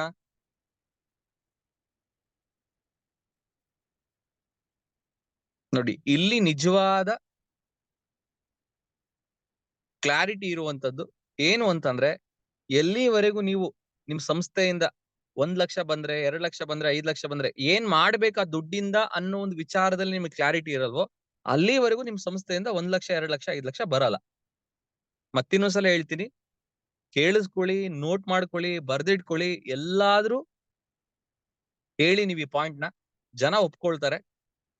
ಎಲ್ಲಿವರೆಗೂ ನಿಮ್ಗೆ ನಿಮ್ ಸಂಸ್ಥೆಯಿಂದ 1 ಲಕ್ಷ 2 ಲಕ್ಷ 5 ಲಕ್ಷ ಬಂದ್ರೆ ಏನ್ ಮಾಡ್ಬೇಕು ಅನ್ನೋದ್ರ ಬಗ್ಗೆ ಕ್ಲಾರಿಟಿ ಇರಲ್ವೋ, ಅಲ್ಲಿವರೆಗೂ ನಿಮ್ಮ ಕಂಪನಿಯಿಂದ 1 ಲಕ್ಷ 2 ಲಕ್ಷ 5 ಲಕ್ಷ ಬರಲ್ಲ. ಫಸ್ಟ್ ನೀವು ಆ 1 ಲಕ್ಷ 2 ಲಕ್ಷ 5 ಲಕ್ಷ ಬಂದ್ರೆ ಪ್ರತಿ ತಿಂಗಳು ಆ ದುಡ್ಡನ್ನ ಏನ್ ಮಾಡ್ಬೇಕು ಅನ್ನೋದ್ರ ಬಗ್ಗೆ ಮೊದ್ಲೇ ನೀವು ಆಲೋಚನೆ ಮಾಡಿ ಇಟ್ಟಿರ್ಬೇಕು, ಪ್ಲಾನಿಂಗ್ ಮಾಡಿ ಇಟ್ಟಿರ್ಬೇಕು. ಅವಾಗ್ಲೇ ನಿಮಗೆ 1 ಲಕ್ಷ 2 ಲಕ್ಷ 5 ಲಕ್ಷ ಬರೋದು. ಅದಕ್ಕೇನೆ ಕನಸುಗಳನ್ನ ಕಾಣಿ, ದೊಡ್ಡ ದೊಡ್ಡ ಕನಸುಗಳನ್ನ ಇಟ್ಕೊಳ್ಳಿ, ಬಿಗ್ ಡ್ರೀಮರ್ ಆಗಿ ನಿಮ್ಮ ಕನಸುಗಳನ್ನ ಪಟ್ಟಿ ಮಾಡಿ ಅಂತ ಹೇಳಿ ನಿಮ್ಮ ಲೀಡರ್ಸ್ ಗಳು ಟ್ರೈನಿಂಗ್ಸ್ ಗಳಲ್ಲಿ ಮೀಟಿಂಗ್ಸ್ ಗಳಲ್ಲಿ ಹೇಳುವಂತದ್ದು. ಅಂಡ್ ನಾವು ಕೂಡ ಆಸ್ ಎ ಟ್ರೈನರ್ಸ್ ಆಗಿ ಈ ಸಬ್ಜೆಕ್ಟ್ ಬಗ್ಗೆ ಮಾತಾಡುವಂತದ್ದು. ಕನಸುಗಳು ಯಾಕೆ ಇಂಪಾರ್ಟೆಂಟ್ ಅನ್ನೋದು ಅರ್ಥ ಆಗ್ತಿದೆ ಅಂತ ಅನ್ಕೊಳ್ತೀನಿ. ಯಾಕೆ ನಿಮ್ಮ ಕನಸುಗಳ ಪಟ್ಟಿ ದೊಡ್ಡದಾಗಿರ್ಬೇಕು, ಏನೇನೆಲ್ಲ ತಗೊಳ್ಬೇಕು ಅವೆಲ್ಲವನ್ನು ಕೂಡ ಬರೀರಿ ಅಂತ ಯಾಕೆ ಹೇಳ್ತೀವಿ ಅಂದ್ರೆ ಅದೇ ಕಾರಣಕ್ಕೆ. ಅದೇ ನೀವೇನಾದ್ರೂ ನಿಮ್ಮ ಕನಸುಗಳ ಪಟ್ಟಿಯಲ್ಲಿ ನಾನು ಒಂದು BMW X1 70 ಲಕ್ಷದ ಕಾರ್ ತಗೊಳ್ಬೇಕು ಅಂತ ಬರ್ದಿದ್ರೆ ಅವಾಗ ನಿಮ್ಗೆ ಕ್ಲಾರಿಟಿ ಇರ್ತಿತ್ತು. ಸರ್ ನನ್ಗೆ ಯಾಕೆ 1 ಲಕ್ಷ 2 ಲಕ್ಷ 5 ಲಕ್ಷ ಬರ್ಬೇಕು ಅಂದ್ರೆ ಆ ಬಂದಿರೋ ದುಡ್ಡಲ್ಲಿ ನಾನು BMW X1 ಕಾರ್ ತಗೊಳ್ತೀನಿ, ಜಾಗ್ವಾರ್ ಕಾರ್ ತಗೊಳ್ತೀನಿ, 50 ಲಕ್ಷದ್ದು 1 ಕೋಟಿದ್ದು 2 ಕೋಟಿದ್ದು ನಾನು ಬೆಂಗಳೂರಲ್ಲಿ ಮನೆ ಕಟ್ಟಿಸ್ತೀನಿ, ಒಂದ್ 50 ಲಕ್ಷ ಕೊಟ್ಟು ನಾನು ಒಂದು ಸೈಟ್ ತಗೊಳ್ತೀನಿ. ಈ ತರ ಆನ್ಸರ್ ಇರ್ತಿತ್ತು ನಿಮ್ದು ಕನಸುಗಳು ಪಟ್ಟಿ ಇದ್ರೆ, ಕನಸುಗಳನ್ನ ನೀವು ಲಿಸ್ಟ್ ಮಾಡಿದ್ರೆ. ಎಸಾರ್ನು ನಿಮ್ಮ ಕನಸುಗಳ ಪಟ್ಟಿ ಇಲ್ದೇ ಇರೋದ್ರಿಂದ 1 ಲಕ್ಷ 2 ಲಕ್ಷ 5 ಲಕ್ಷ ಬಂದ್ರೆ ಏನ್ ಮಾಡ್ಬೇಕು ಅನ್ನೋದೇ ಕ್ಲಾರಿಟಿ ಇರಲ್ಲ. ಸೊ ಹಂಗಾಗಿ 1 ಲಕ್ಷ 2 ಲಕ್ಷ 5 ಲಕ್ಷ ತಿಂಗಳಿಗೆ ಬಂದ್ರೆ ಏನ್ ಮಾಡ್ತೀರಾ ಅಂತ ಯಾರಾದ್ರೂ ಪ್ರಶ್ನೆ ಕೇಳಿದ್ರೆ, ನನ್ನ ಕನಸುಗಳನ್ನ ನಾನು ನನಸು ಮಾಡ್ಕೊಳ್ತೀನಿ. ಬೈಕ್ ತಗೊಳ್ಳೋದಾಗಿರ್ಬೋದು, ಕಾರ್ ತಗೊಳ್ಳೋದಾಗಿರ್ಬೋದು, ಮನೆ ಕಟ್ಟೋದಾಗಿರ್ಬೋದು, ಸೈಟ್ ತಗೊಳ್ಳೋದಾಗಿರ್ಬೋದು, ಮಕ್ಳದ್ ಮದ್ವೆ ಮಾಡೋದಾಗಿರ್ಬೋದು, ಈ ಎಲ್ಲ ಕನಸುಗಳು ನಿಮ್ಗೆ ಬರೀ ತಲೆಯಲ್ಲಿ ಇದ್ರೆ ಸಾಕಾಗಲ್ಲ, ಅದು ನಿಮ್ಮ ಡೈರಿಯಲ್ಲಿ ನೋಟ್ ಆಗ್ಬೇಕು. ಆ ಕನಸುಗಳು ಹೇಗಿರ್ಬೇಕು ಅನ್ನೋದ್ರ ಬಗ್ಗೆನೇ ಒಂದು ಕ್ಲಾಸ್ ಇದೆ. ಸ್ಮಾರ್ಟ್ ಆಗಿರ್ಬೇಕು ನಮ್ಮ ಕನಸುಗಳಂತ ಹೇಳ್ತೀವಿ, ಸ್ಮಾರ್ಟ್ ಗೋಲ್ಸ್ ಅಂತ ಕರಿತೀವಿ. ಆ ತರ ಇದ್ದಾಗ್ಲೇನೆ ನಾವು ನಮ್ಮ ಕನಸುಗಳನ್ನ ನನಸು ಮಾಡ್ಕೊಳ್ಳೋದಕ್ಕೆ ಸಾಧ್ಯ, ನಮ್ಮ ಕಂಪನಿಯಿಂದ 1 ಲಕ್ಷ 2 ಲಕ್ಷ 5 ಲಕ್ಷ ಇನ್ಕಮ್ ಬರೋದಕ್ಕೆ ಸಾಧ್ಯ. ಸೊ ನಾನು ಹೇಳಿದ ಪಾಯಿಂಟ್ ಅರ್ಥ ಆಯ್ತು ಅಂತ ಅನ್ಕೊಳ್ತೀನಿ. ಅರ್ಥ ಆಗಿದೆಯಲ್ಲ ಅನ್ನೋ ಒಂದು ವಿಚಾರವಾಗಿ ಕನ್ಫರ್ಮೇಶನ್ ಗೆ ಯಾರನ್ನಾರು ಒಬ್ರನ್ನ ಅನ್ಮ್ಯೂಟ್ ಮಾಡ್ತೀನಿ, ಏನ್ ಅರ್ಥ ಆಯ್ತು ಅನ್ನೋದನ್ನ ಕ್ಲಾರಿಟಿ ಕೊಡಿಸ್ತಾ ಇದ್ರೆ. ಯಾಕೆಂದ್ರೆ ಸ್ವಲ್ಪ ಇದು ಮೈಂಡ್ ಸೆಟ್ ಗೆ ರಿಲೇಟೆಡ್ ಆಗಿರುವಂತ ಸಬ್ಜೆಕ್ಟ್ ಇದು, ಮೈಂಡ್ ಸೆಟ್ ಗೆ ಸಂಬಂಧಪಟ್ಟಂತಹ ಸಬ್ಜೆಕ್ಟ್ ಇದು. ಹಾಗಾಗಿ ಸಬ್ಜೆಕ್ಟ್ ಅರ್ಥ ಆಯ್ತಾ ಇಲ್ಲ ಅನ್ನೋ ಒಂದು ವಿಚಾರವಾಗಿ ನಾನು ಏನ್ ಹೇಳ್ದೆ ಇವಾಗ ಅದನ್ನ ಯಾರಾದ್ರೂ ರಿಪೀಟ್ ಮಾಡ್ಬೋದಾ? ಚಾಟ್ ಬಾಕ್ಸ್ ಅಲ್ಲಿ ಹೆಸರು ಮೆನ್ಷನ್ ಮಾಡಿ ಅವ್ರನ್ನ ಅನ್ಮ್ಯೂಟ್ ಮಾಡ್ತೀನಿ. ನಾನು ಇವಾಗ ಏನ್ ಪಾಯಿಂಟ್ ಹೇಳಿದೆ ಆ ಪಾಯಿಂಟ್ ಅನ್ನೇ ನೀವು ರಿಪೀಟ್ ನನಗೆ ಮೀಟಿಂಗ್ ಅಲ್ಲಿ ಹೇಳ್ಬೇಕು. ಎಸ್, ಶ್ರೀಶೈಲ್ ಸರ್ ನೀವು ಮೆನ್ಷನ್ ಮಾಡಿದ್ರೆ ಅವ್ರನ್ನ ಅನ್ಮ್ಯೂಟ್ ಮಾಡ್ತಾ ಇದೀನಿ. Yes Shrishail sir. ಸರ್ ನಮಸ್ತೆ. ಗುಡ್ ನಮಸ್ತೆ ಶ್ರೀಶೈಲ್ ಸರ್. ಸರ್, ನಾವು ಬಂದಂತ ಹಣವನ್ನ ಏನ್ ಮೈಂಡ್ ಸೆಟ್ ಇತ್ತಂದ್ರೆ ನಾವು ಅದನ್ನ ಇಷ್ಟ ಹಣ ನನಗೆ ಬೇಕಾಗಿದೆ, ಅವಶ್ಯಕತೆ ಇದೆ. ಆ ಬಂದಂತ ಹಣವನ್ನ ಇದಕ್ ಬಳಕೆ ಮಾಡ್ಬೇಕಂದಾಗ ಮಾತ್ರ ನಾ ಹಣವನ್ನ ದುಡಿಲಾಕ್ ಸಾಧ್ಯತೆ. ನನಗೆ ಇವತ್ತು ಎಕ್ಸಾಂಪಲ್ ನನಗ ಹಸು ಆಗಿದೆ ಅಂದ್ರೆ ನನಗೆ ಎಷ್ಟು ಊಟ ಬೇಕು, ಈಗ 3 ರೊಟ್ಟಿ ಬೇಕು ಅಂದಾಗ ನಾ 3 ರೊಟ್ಟಿ, ನನಗೆ ಹಸುನ ನನಗೆ ಎಷ್ಟು ಅವಶ್ಯಕತೆ ಐತಿ ಅನ್ನೋದು ನನಗೆ ಗೊತ್ತಿಲ್ಲ. ಯಾವ ರೀತಿ ಅದನ್ನ ದುಡಿಯಾಕ್ ಸಾಧ್ಯ ಐತಿ ಸರ್? ಅದೇ ವೆರಿ ಗುಡ್ ಶ್ರೀಶೈಲ್ ಸರ್, ತುಂಬಾ ಅದ್ಭುತವಾದ ಎಕ್ಸಾಂಪಲ್ ಕೊಟ್ರು. ನೋಡಿ, ಫಸ್ಟ್ ಹೊಟ್ಟೆ ಹಸಿವು ಇರ್ಬೇಕು. ಹೊಟ್ಟೆ ಹಸಿವು ಇದ್ದಾಗ್ಲೇನೆ ನಾವು ಏನಾದ್ರು ಊಟ ಮಾಡ್ಬೇಕು ಅಂತ ಅನ್ಸೋದು, ಅಂಡ್ ಏನ್ ಊಟ ಮಾಡ್ಬೇಕು ಅಂತ ಹೇಳಿ ಆಮೇಲೆ ಡಿಸೈಡ್ ಮಾಡೋದು. ಹೊಟ್ಟೆನೇ ಹಸ್ತಿಲ್ಲ ಅಂತಂದ್ರೆ ನಾವ್ ತಿನ್ಬೇಕು ಅಂತಾನು ಅನ್ಸಲ್ಲ, ಅಂಡ್ ಏನನ್ ತಿನ್ಬೇಕು ಅನ್ನೋದ್ರ ಬಗ್ಗೆ ಯೋಚನೆ ಮಾಡಲ್ಲ. ಅದೇ ತರ ನಿಮಗೆ ಕನಸುಗಳಿಲ್ಲ ಅಂತ ಅಂದ್ರೆ ಎಷ್ಟು ದುಡ್ಡು ಬಂದ್ರು ಕೂಡ ನೀವು ಸ್ಯಾಟಿಸ್ಫೈ ಆಗ್ತೀರಾ. 5,000 ಬಂದ್ರು ನಿಮ್ ಕಂಪ್ನಿಯಿಂದ ನೀವು ತೃಪ್ತಿ ಆಗ್ತೀರಾ. ಯಾಕಂದ್ರೆ ಲಕ್ಷಾಂತರ ರೂಪಾಯಿ ಬಂದ್ರೆ ನಿಮ್ಗೆ ಏನ್ ಮಾಡ್ಬೇಕು ಅನ್ನೋ ಕ್ಲಾರಿಟಿ ಇಲ್ಲ ಅಂತ ಅಂದ್ರೆ ನಿಮ್ಗೆ ಲಕ್ಷಗಟ್ಟಲೆ ಎಲ್ಲಿಂದ ಬರುತ್ತೆ? ಎಸಾರ್ನು. ಹಂಗಾಗಿ ಕನಸುಗಳನ್ನ ಕಾಣಿ, ಕನಸುಗಳನ್ನ ಪಟ್ಟಿ ಮಾಡಿ. ಕನಸುಗಳ ಕೊರತೆ ಇರೋದ್ರಿಂದನೂ ಕೂಡ ಜನ ಫೇಲ್ ಆಗ್ತಾರೆ. ಇವತ್ತು ಈ ಇಂಡಸ್ಟ್ರಿ ಅತಿ ಹೆಚ್ಚು ಜನ ಫೇಲ್ ಆಗ್ತಿರೋದು ಆ ಕಾರಣಕ್ಕೆ. ಸೊ ಬಿಸ್ನೆಸ್ ಕಡೆ ಫೋಕಸ್ ಮಾಡಕ್ ಆಗದೆ ಇರುವಂತದ್ದು. ಈಗ ಒಂದ್ ಕಡೆ ಜಾಬ್ ಮಾಡ್ಕೊಂತ ಈ ಬಿಸ್ನೆಸ್ ಮಾಡ್ತಿರ್ತೀರಾ, ಆ ಜಾಬ್ ಅಲ್ಲೇನೆ ವಿಪರೀತ ಟೆನ್ಷನ್ಸ್ ಇರುತ್ತೆ. ಆ ಟೆನ್ಷನ್ಸ್ ಮಧ್ಯ ಈ ಬಿಸ್ನೆಸ್ ನ ನೀವು ಫೋಕಸ್ ಮಾಡಕ್ ಆಗದೆ ತುಂಬಾ ಜನ ಫೇಲ್ ಆಗ್ತಿರ್ತಾರೆ. ಸೊ ಅಂತವ್ರಿಗೆ ನಾನ್ ಕೊಡುವಂತ ಇಂಪಾರ್ಟೆಂಟ್ ಸಲಹೆ ಅಂತ ಅಂದ್ರೆ, ನೋಡಿ, ನೀವ್ ಎಷ್ಟು ದಿನ ಅಂತ ಹೇಳಿ ಇನ್ನೊಬ್ರು ಕೆಳಗಡೆ ಜಾಬ್ ಮಾಡ್ತೀರಾ, ಎಷ್ಟು ದಿನ ಅಂತ ಮಾಡ್ತೀರಾ, ಎಷ್ಟು ವರ್ಷಗಳಂತ ಮಾಡ್ತೀರಾ, ಅದ್ರಲ್ಲಿ ನಿಮ್ಮ ಎಲ್ಲಾ ಕನಸುಗಳನ್ನ ನನಸು ಮಾಡ್ಕೊಳಕ್ ಸಾಧ್ಯತೆ ಇದೆಯಾ? ನೀವು ಬಯಸಿದಂತ ಬೈಕ್, ನೀವು ಬಯಸಿದಂತ ಕಾರ್, ನೀವು ಬಯಸಿದಂತ ಸೈಟ್, ನೀವು ಬಯಸಿದಂತ ಮನೆ ಕಟ್ಕೊಳಕ್ ಸಾಧ್ಯತೆ ಇದೆಯಾ ಜಾಬ್ ಅಲ್ಲಿ? ಸಾಧ್ಯತೆ ಇದೆ ಅಂತ ಅಂದ್ರೆ ಅದಕ್ಕೆ ಅತಿ ಹೆಚ್ಚು ಗಮನ ಹರಿಸಿ. ಅದ್ರಲ್ಲಿ ಆಗಲ್ಲ ಅಂತ ಅಂದ್ರೆ ಅದನ್ನ ಪಾರ್ಟ್ ಟೈಮ್ ಆಗಿ ಪ್ಲಾನ್ ಮಾಡ್ಕೊಳ್ಳಿ, ಇದನ್ನ ಫುಲ್ ಟೈಮ್ ಆಗಿ ಪ್ಲಾನ್ ಮಾಡ್ಕೊಳ್ಳಿ. ಅವಾಗ್ಲೇ ನೀವು ಫೋಕಸ್ ಮಾಡೋದಕ್ಕೆ ಸಾಧ್ಯ. ಅದಕ್ಕೆ ಹೇಳ್ತಾರೆ, ತುಂಬಾ ಜನರು ತಮ್ಮ ಬೇರೆ ಕೆಲಸಗಳ ಜೊತೆ, ಬೇರೆ ವೃತ್ತಿಯ ಜೊತೆ ಈ ಒಂದು ಬಿಸ್ನೆಸ್ ಶುರು ಮಾಡ್ತಾರೆ. ತಮ್ಮ ತಮ್ಮ ಜಾಬಿಗೆ ಟೈಮ್ ಕೊಟ್ಟು, ಆಮೇಲೆ ತಮ್ಮ ಕುಟುಂಬಕ್ಕೆ ಟೈಮ್ ಕೊಟ್ಟು, ಆಮೇಲೆ ಎಂಟರ್ಟೈನ್ಮೆಂಟ್ಗೆ ಟೈಮ್ ಕೊಟ್ಟಿದ್ ನಂತರ ಇನ್ನು ಉಳಿದ ಸಮಯದಲ್ಲಿ ವರ್ಕ್ ಮಾಡೋದಕ್ಕೆ ಪ್ರಯತ್ನ ಮಾಡ್ತಾರೆ. ಆ ತರ ನೀವು ಉಳಿದ ಸಮಯದಲ್ಲಿ ಮಾಡಕ್ ಹೋದ್ರೆ ಆಗತ್ತಾ ಈ ಬಿಸ್ನೆಸ್ ನ? ಗೆಲ್ಲಕ್ ಸಾಧ್ಯತೆ ಇದೆಯಾ? Is it possible? ಯಾವುದೇ ಕಾರಣಕ್ಕೂ ಸಾಧ್ಯತೆ ಇಲ್ಲ. ಆಲ್ರೆಡಿ ವಿನುತಾ ಮೇಡಮ್ ಒಂದು ಅದ್ಭುತವಾದಂತ ಪಾಯಿಂಟ್ ಹೇಳಿದ್ರು. ಅದೇ ಪಾಯಿಂಟ್ 6ನೇ ಪಾಯಿಂಟ್ ನಂದು. ಪ್ರತಿ ಒಂದು ವೃತ್ತಿಗೆ ಸಿಸ್ಟಮ್ ಅಂತ ಇದೆ. ಆ ಸಿಸ್ಟಮ್ ಬಗ್ಗೆ ನೀವು ಕಲಿಬೇಕು. ಫಸ್ಟ್ ಆ ಸಿಸ್ಟಮ್ ಬಗ್ಗೆ ತಿಳ್ಕೊಳ್ಬೇಕು, ಕಲಿಬೇಕು. ಅದನ್ನ ನೀವು ಬಿಸ್ನೆಸ್ ನಲ್ಲಿ ಅಳವಡಿಸ್ಕೊಳ್ಬೇಕು. ಅವಾಗ್ಲೇನೆ ನೀವು ಇಲ್ಲಿ ಗೆಲ್ಲೋದಕ್ಕೆ ಸಾಧ್ಯ. ಅದ್ರ ಬಗ್ಗೆ ನೀವು ಕಲಿಯೋದಕ್ಕೆ ಆಸಕ್ತಿ ತೋರಿಸಿಲ್ಲ ಅಂದ್ರೂ ಕೂಡ ನೀವು ಇಲ್ಲಿ ಫೇಲ್ ಆಗ್ತಾರೆ. ಅಂಡ್ ತಪ್ಪು ನಂಬಿಕೆಗಳನ್ನ ನೀವು ಮನಸ್ಸಲ್ಲಿ ಇಟ್ಕೊಂಡು ಕೂಡ ಕೆಲಸ ಮಾಡಿದ್ರೆ ಇಲ್ಲಿ ಫೇಲ್ ಆಗ್ತಾರೆ. ಏನೇನ್ ತಪ್ಪು ನಂಬಿಕೆಗಳು? ನನ್ ಕೈಯಲ್ಲಿ ಸೇಲ್ಸ್ ಮಾಡಕ್ ಆಗಲ್ಲ, ನನ್ಗೆ ಈ ಬಿಸ್ನೆಸ್ ಕಷ್ಟ, ಜನರನ್ನ ಕನ್ವಿನ್ಸ್ ಮಾಡೋದಂದ್ರೆ ಕಷ್ಟ, ಜನರು ಒಪ್ಪಲ್ಲ, ಈ ವ್ಯಾಪಾರವನ್ನ ನಾನ್ ಮಾಡೋದು ಏನಿದೆ ಅದು ನನ್ನ ಫ್ಯಾಮಿಲಿ ಮೆಂಬರ್ಸ್, ಫ್ರೆಂಡ್ಸ್, ರಿಲೇಟಿವ್ಸ್ ಇಷ್ಟಪಡಲ್ಲ, ನನ್ಗೆ ಈ ಬಿಸ್ನೆಸ್ ನಂಗೆ ಸೂಟೇ ಆಗಲ್ಲ. ಸೊ ಈ ತರ ರಾಂಗ್ ಬಿಲೀಫ್ಸ್ ಅಂತ ಕರಿತೀವಿ, ಸುಳ್ಳು ನಂಬಿಕೆಗಳು. ಇದ್ಯಾವ್ದು ನಿಜ ಅಲ್ಲ. ಇವತ್ತು ಇಡೀ ಪ್ರಪಂಚದಲ್ಲಿ ಸೇಲ್ಸ್ ಮಾಡದೆ ಯಾರು ಕೂಡ ಇರೋದಕ್ಕೆ ಸಾಧ್ಯತೆನೇ ಇಲ್ಲ. ಕಂಪಲ್ಸರಿ ಒಬ್ರಲ್ಲ ಒಬ್ರು ಒಂದಲ್ಲ ಒಂದ್ ರೀತಿಯಲ್ಲಿ ಸೇಲ್ಸ್ ಮಾಡ್ತಾನೆ ಇರ್ತಾರೆ. ಎಕ್ಸಾಂಪಲ್ ಕೊಡ್ತೀನಿ.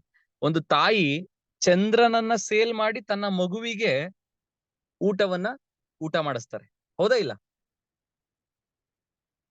ಒಂದು ಮಗು ಊಟ ಮಾಡೋದಕ್ಕೆ ಒಪ್ತಾ ಇಲ್ಲ ಅಂತ ಅನ್ಕೊಳ್ಳಿ. ಅವಾಗ ಏನ್ ಮಾಡ್ತಾಳೆ? ಆ ಮಗುಗೆ ಚಂದ್ರನ ತೋರಿಸಿ, ಅಲ್ಲಿ ನೋಡು ಚಂದ್ರ ಅಂತ ಹೇಳ್ಬಿಟ್ಟು ಊಟ ಮಾಡಿಸ್ತಾಳೆ. ಅಲ್ಲಿ ಏನ್ ಮಾಡಿದ್ಲು ತಾಯಿ? ತನ್ನ ಮಗುವಿಗೆ ಚಂದ್ರನನ್ನ ಸೇಲ್ ಮಾಡಿದ್ಲು. ನೋಡಿ, ಸೇಲ್ ಅಂತ ಅಂದ್ರೆ ಬರೀ ನೀವು ಒಂದು ವಸ್ತುವನ್ನ ಮಾರಾಟ ಮಾಡಿ ಅದಕ್ಕೆ ಇನ್ ರಿಟರ್ನ್ ದುಡ್ಡನ್ನ ಪಡ್ಕೊಂಡ್ರೆ ಮಾತ್ರ ಅದು ಸೇಲ್ ಅಲ್ಲ. ಅರ್ಥ ಆಗ್ತಿದೆಯಲ್ಲ? ಕ್ಲಿಯರ್?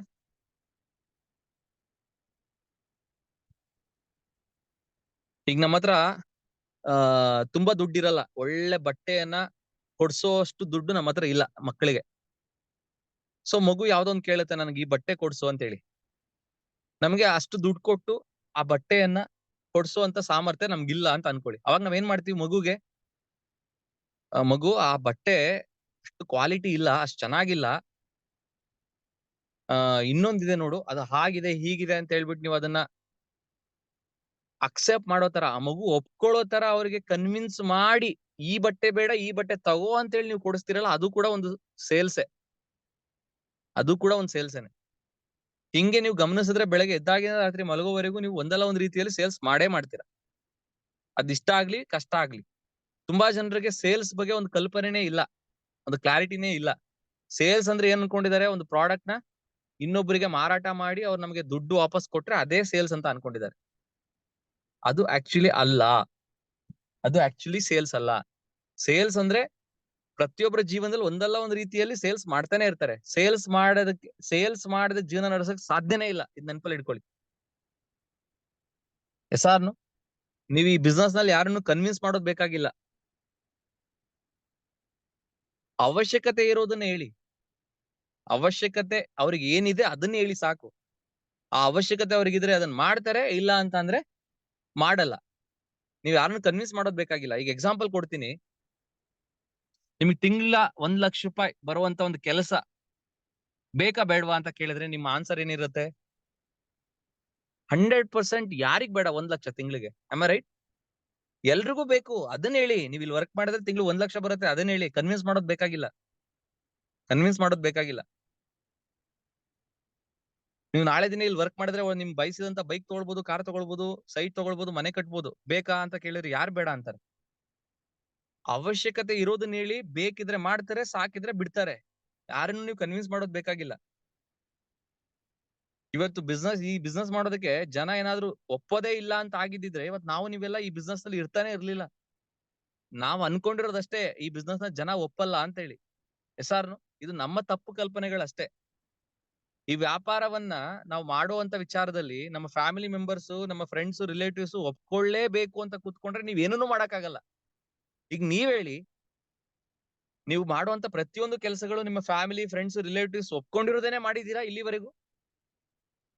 ಎಷ್ಟೋ ಹುಡುಗರಿದ್ದೀರಾ, ಯೂತ್ಸ್, ನಿಮ್ ಫ್ಯಾಮಿಲಿ ಮೆಂಬರ್ಸ್, ಫ್ರೆಂಡ್ಸ್, ರಿಲೇಟಿವ್ಸ್ ಗಳನ್ನ ಒಪ್ಪಿಸ್ಬಿಟ್ಟೇನೆ ನೀವು ಒಂದು ಹುಡುಗಿನ ಇಷ್ಟಪಟ್ರ? ಅಂತ ವಿಚಾರದಲ್ಲಿ ಮಾತ್ರ ನೀವು ಯಾರಿಗೂ ಹೇಳ್ದೆ ನೀವು ಒಂದು ಹುಡುಗಿನ ಇಷ್ಟಪಡೋಕ್ ಸಾಧ್ಯತೆ ಇದೆ, ಒಂದು ಹುಡುಗನ ಇಷ್ಟಪಡೋಕ್ ಸಾಧ್ಯತೆ ಇದೆ. ಬಿಸ್ನೆಸ್ ಅಂತ ಬಂದಾಗ ಮಾತ್ರ ಈ ವಿಚಾರದಲ್ಲಿ ನೀವು ಒಂದು ಕಾರಣ ಕೊಡ್ತಾ ಇದ್ದೀರಿ. ಇದೆಷ್ಟು ಮಟ್ಟಿಗೆ ಸರಿ? ತುಂಬಾ ಜನ ಹೇಳ್ತಾರೆ ಬಿಸ್ನೆಸ್ ನಂಗೆ ಸೂಟ್ ಆಗಲ್ಲ ಅಂತ ಹೇಳಿ. ಪರವಾಗಿಲ್ಲ, ನಿಮ್ಗೆ ಸೂಟ್ ಆಗಲ್ಲ, ಒಪ್ಕೊಳ್ತೀನಿ.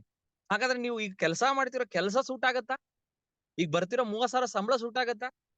ಅದು ಸೂಟ್ ಅಂತ ಅಂದ್ರೆ ಈ ಪಾಯಿಂಟಿಗೆ ಒಪ್ಕೊಳ್ಬಹುದು ನಾನು. ನೀವಿರೋ ಕೆಲಸ ನಿಮಗೆ ಸೂಟ್ ಆಗತ್ತೆ ಅಂದ್ರೆ 100% ನಾನು ಹೇಳ್ತೀನಿ ಈ ಬಿಸ್ನೆಸ್ ನಿಮಗೆ ಸೂಟ್ ಆಗಲ್ಲ ಅಂತ. ಸೊ ನೋಡಿ, ತಪ್ಪು ಕಲ್ಪನೆಗಳನ್ನ ಇಟ್ಕೊಂಡು ನಾವು ಕೆಲಸ ಮಾಡೋದ್ರಿಂದ ನಾವು ಗೆಲ್ಲಕ್ ಸಾಧ್ಯ ಇಲ್ಲ ಅನ್ನೋದೇ ನನ್ನ ಒಂದು ಪಾಯಿಂಟ್ ಅಂತ ಹೇಳ್ತಾ, ಸೊ ಈ ಒಂದು ಬಿಸ್ನೆಸ್ ನಲ್ಲಿ ಡೆವಲಪ್ಮೆಂಟ್ ಆಗೋದಕ್ಕೆ, ಗ್ರೋತ್ ಆಗೋದಕ್ಕೆ ತುಂಬಾ ಜನ ರಿಕ್ವೆಸ್ಟ್ ಮಾಡಿದ್ರು, ನಿಮ್ಮ ನಾಲೆಡ್ಜ್ ಅನ್ನ ಒಂದು ಪುಸ್ತಕದಲ್ಲಿ ಕೊಡಿ ಜನರಿಗೆ ಅಂತ. ಅದಕ್ಕೆ 2 ರಿಲೇಟೆಡ್ ಆಗಿ ಪುಸ್ತಕ ಬರೆದಿರೋದು. ಒಂದು ಲೀಡರ್ ನ ಕ್ರಿಯೇಟ್ ಮಾಡೋದಕ್ಕೆ, ನೆಟ್ವರ್ಕ್ ಮಾರ್ಕೆಟಿಂಗ್ ಸಕ್ಸಸ್ ಮಂತ್ರಗಳು ಅಂತ. ಇನ್ನೊಂದು ಲೀಡರ್ಸ್ ಗಳನ್ನ ಇಂಡಿಪೆಂಡೆಂಟ್ ಆಗಿ ರೆಡಿ ಮಾಡೋದಕ್ಕೆ, ಟೀಮ್ ನಲ್ಲಿ ಲೀಡರ್ಸ್ ಗಳು ಕ್ರಿಯೇಟ್ ಆಗ್ಬೇಕು, ಅದಕ್ಕೆ ಇನ್ನೊಂದು ಬುಕ್. ಸೊ ಇವೆರಡು ಕೂಡ ನಿಮಗೆ ಅವೈಲೇಬಲ್ ಇದೆ ಅಂತ ಹೇಳ್ತಾ, ಸೊ ಇವತ್ತಿನ ಕಾರ್ಯಕ್ರಮದಲ್ಲಿ ತಮ್ಗೆ ಏನ್ ಇಷ್ಟ ಆಯ್ತು ಅನ್ನೋದೊಂದು ವಿಚಾರವನ್ನ ಶೇರಿಂಗ್ ಮಾಡ್ಕೊಳ್ಳೋದಕ್ಕೆ ಒಂದು ಇಬ್ಬರಿಗೆ ಅವಕಾಶ ಇದೆ. ಚಾಟ್ ಬಾಕ್ಸ್ ಅಲ್ಲಿ ನೇಮ್ ಮೆನ್ಷನ್ ಮಾಡಿ. ಇವತ್ತು ಟೋಟಲ್ ಕಾರ್ಯಕ್ರಮದಲ್ಲಿ ತಮ್ಗೆ ಏನ್ ಇಷ್ಟ ಆಯ್ತು ಅನ್ನೋ ಒಂದು ವಿಚಾರವನ್ನ ಕ್ಲಾರಿಟಿ ಕೊಟ್ಟು ಇವತ್ತಿನ ಕಾರ್ಯಕ್ರಮ ನಿಲ್ಲಿಸೋಣ. ಮತ್ತೆ ಯಾವಾಗ ಕ್ಲಾಸ್ ಇರುತ್ತೆ ಅನ್ನೋ ಒಂದು ವಿಚಾರವಾಗಿ ನಿಮಗೆ ವಾಟ್ಸಪ್ ನಲ್ಲಿ ಅಪ್ಡೇಟ್ ಮಾಡ್ತೀವಿ. ಸೊ ಯಾವ ಒಂದು ವಾಟ್ಸಪ್ ಇಂದ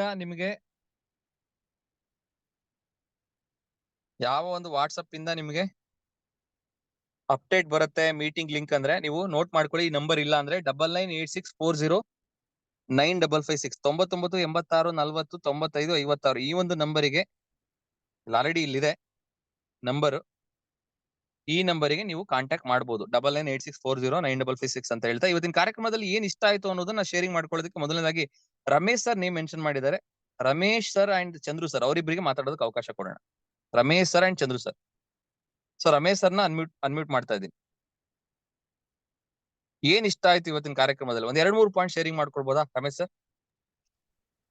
hi sir, good evening sir. Very good evening Ramesh sir. Yes sir, thank you for opportunity sir. Yes sir, ನಿಜವಾಗೂ ತುಂಬಾ ಚೆನ್ನಾಗಿ ಬಂತು ಸರ್. ಯಾಕಂದ್ರೆ ಕಂಪ್ಲೀಟ್ಲಿ ನಾವು ನೆಟ್ವರ್ಕ್ ಮಾರ್ಕೆಟಿಂಗ್ ಅಲ್ಲಿ ಸಕ್ಸಸ್ ಆಗ್ಬೇಕಂದ್ರೆ ಕಂಪ್ಲೀಟ್ಲಿ ಸಿಸ್ಟಮ್ಗೆ ಅಡಾಪ್ಟ್ ಆಗ್ಬೇಕು, ಮತ್ತೆ ದೊಡ್ಡದಾಗಿ ಕನಸು ಕಾಣ್ಬೇಕು. ಅದ್ರ ಜೊತೆಗೆ ಯಾವ್ದೋ ಒಂದು ಸಿಸ್ಟಮ್ ಅಲ್ಲಿ ನಾವು ಯಾವ್ದೋ ಒಂದು ಹೊರಗಡೆ ಜಾಬ್ ಮಾಡ್ತಾ ಇದೀವಿ ಅಂದ್ರೂ ಕೂಡ ಅದ್ರದ್ದೇ ಆದ ಒಂದು ಸಿಸ್ಟಮ್ ಇರುತ್ತೆ. ಅದೇ ರೀತಿ ನಮ್ಮ ನೆಟ್ವರ್ಕ್ ಮಾರ್ಕೆಟಿಂಗ್ ಅಲ್ಲಿ ಕೂಡ ಆ ಒಂದು ಸಿಸ್ಟಮ್ ಫಾಲೋ ಮಾಡೋ ಮುಖಾಂತರ ಮತ್ತೆ ಅಪ್ಲಯನ್ಸ್ ಗೆ ಕರೆಕ್ಟ್ ಆಗಿ ರೆಸ್ಪೆಕ್ಟ್ ಕೊಡೋ ಮುಖಾಂತರ ಅವ್ರು ಕೊಡೋ ಒಂದು ಸಜೆಷನ್, ಅವ್ರು ಕೊಡೋ ಒಂದು ಮಾಹಿತಿನ ಕರೆಕ್ಟ್ ಆಗಿ ನಾವು ಫಾಲೋ ಮಾಡಿದ್ರೆ 100% ನೆಟ್ವರ್ಕ್ ಮಾರ್ಕೆಟಿಂಗ್ ಅಲ್ಲಿ ಸಕ್ಸಸ್ ಆಗ್ಬೋದು ಸರ್. ನಿಜವಾಗ್ಲು ಇವತ್ತಿನ ಇನ್ಫಾರ್ಮೇಶನ್ ತುಂಬಾ ಹೆಲ್ಪ್ ಆಯ್ತು sir. Thank you so much. Thank you Ramesh sir. All the best. ಒಳ್ಳೇದಾಗ್ಲಿ. ನೀವು ಆದಷ್ಟು ಬೇಗ ನಿಮ್ಮ ಎಲ್ಲಾ ಕನಸುಗಳು ನಿಮ್ಮ ಕಂಪನಿಯಲ್ಲಿ ಸಕ್ಸಸ್ ಆಗ್ಲಿ ಅಂತ ಹೇಳ್ತಾ, so last but not the least Chandu sir ನ ಅನ್ಮ್ಯೂಟ್ ಮಾಡ್ತಾ ಇದೀನಿ. ಸೊ ಅವರ ಒಂದು ಶೇರಿಂಗ್ ಮಾಡ್ಕೊಂಡು ಇವತ್ತಿನ ಕಾರ್ಯಕ್ರಮ ಇಲ್ಲಿ ನಿಲ್ಸೋಣ. ಮತ್ತೆ ನೆಕ್ಸ್ಟ್ ಕ್ಲಾಸ್ ಯಾವಾಗಿರುತ್ತೆ ಅಂತ ಹೇಳಿ ನಾನೇನ್ ನಂಬರ್ ಮೆನ್ಷನ್ ಮಾಡಿದೀನಿ, ನಂಬರ್ ಇಂದ ನಿಮ್ಗೆ ವಾಟ್ಸ್ಆಪ್ ಮೆಸೇಜ್ ಬರುತ್ತೆ. Yes Chandu sir. ನಮಸ್ತೆ ಸರ್. ನಮಸ್ತೆ ಚಂದು ಸರ್. ಕ್ಲಾಸ್ ತುಂಬಾ ಚೆನ್ನಾಗಿತ್ತು ಸರ್. ನಾವ್ ಎಲ್ಲೆಲ್ಲಿ ನೆಟ್ವರ್ಕ್ ಮಾರ್ಕೆಟಿಂಗ್ ಅಲ್ಲಿ ಫೇಲ್ ಆಗ್ತಿದೀವಿ ಅನ್ನೋದನ್ನ ಈಸಿಯಾಗಿ ಅರ್ಥ ಮಾಡ್ಸಿದೀರಾ. ನಾವ್ ಈ ಒಂದು ಇಂಡಸ್ಟ್ರಿ ಬಿಟ್ಟು ನಾವು ಬೇರೆ ಜನಗಳ ಮಾತು ಕೇಳ್ಕೊಂಡು ನೆಗೆಟಿವ್ ಆಗ್ತಿದ್ದೋ.